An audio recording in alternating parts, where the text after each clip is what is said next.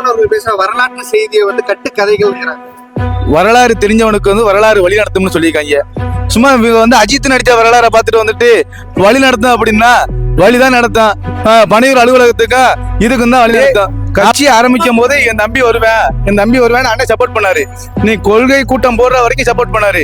நீ கொடியை ஏத்தி தமிழ் தேசியமும் திராவிடமும் ஒண்ணு அப்படின்னா நீ மடைமாற்றுவதற்கான வேலை செய்யும் போது ஒன்னு பின்னாடி வந்து மடையர்கள் வரலாம்.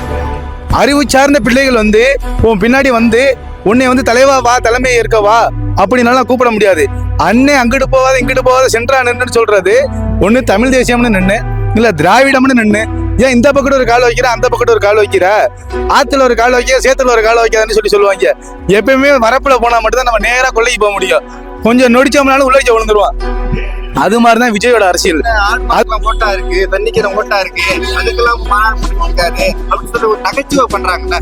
தண்ணீரை பத்தி பேசாம வேற எந்த தண்ணீரை பத்தி பேசுறது? இதுக்கு நக்கல் பண்றான்னா தவிச்ச வாய்க்கு தண்ணி கொடுத்தா புண்ணியம்னு நம்ம எல்லாம் ஒரு பழமொழி சொல்லுவாங்க. இந்த மாதிரி தற்கொலைகளுக்கு எடுத்துக்கிட்டு கிடந்தா கூட தண்ணி கொடுக்க கூடாதுங்கிறதா நம்மளோட. இன்னைக்கு வந்து இடுமோன கார்த்தின்னு வந்து ஒரு மிகப்பெரிய பேச்சாளரா வந்து உருவாக்கி இருக்கிறாரு.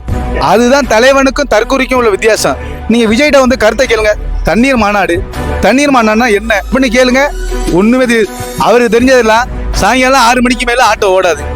அந்த தண்ணி தான் அவருக்கு தெரியும். நான் வந்து புரட்சிவாதி, அவன் வந்து கோமாளிக்கும் புரட்சிவாதிக்கும் நிறைய வித்தியாசம் இருக்குல்ல.